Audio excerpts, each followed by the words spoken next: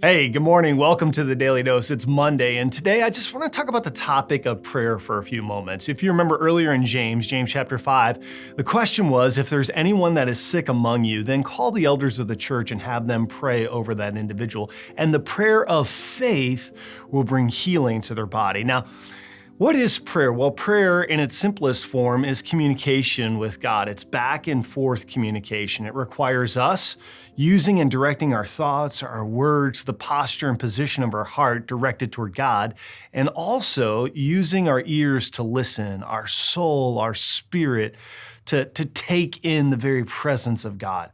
Prayer goes beyond communication.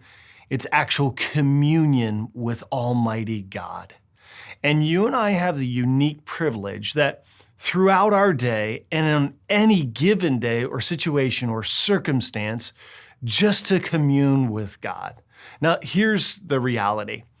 Jesus was always finding ways to pray. He wanted to be alone with his Father. In fact, all the time throughout the Gospels, you would see crowds gathering, and the author would say this. They would say, well, he would slip away to spend time with God. Or often, as was his routine, he would wake up early before sunrise and he would go spend time with the Father. If prayer was that important for Jesus, how much more important is prayer for our lives? Listen, as we start this week, I just want you to pay some attention to your prayer life. And here's what I don't want you to do.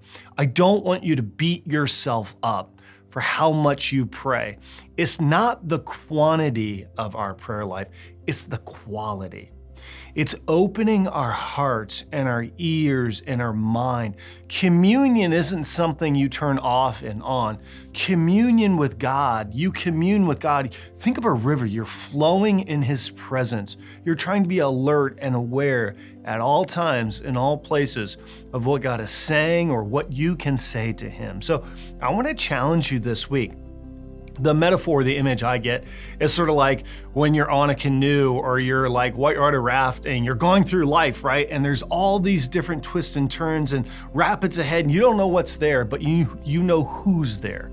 That Jesus is in the boat with you. And so I want you to take complete satisfaction, complete joy in learning to have that conversation and that communion with God. We're going to come back tomorrow and we're going to talk specifically about an Old Testament man named Elijah and his prayer life. I'll see you tomorrow on the Daily Dose.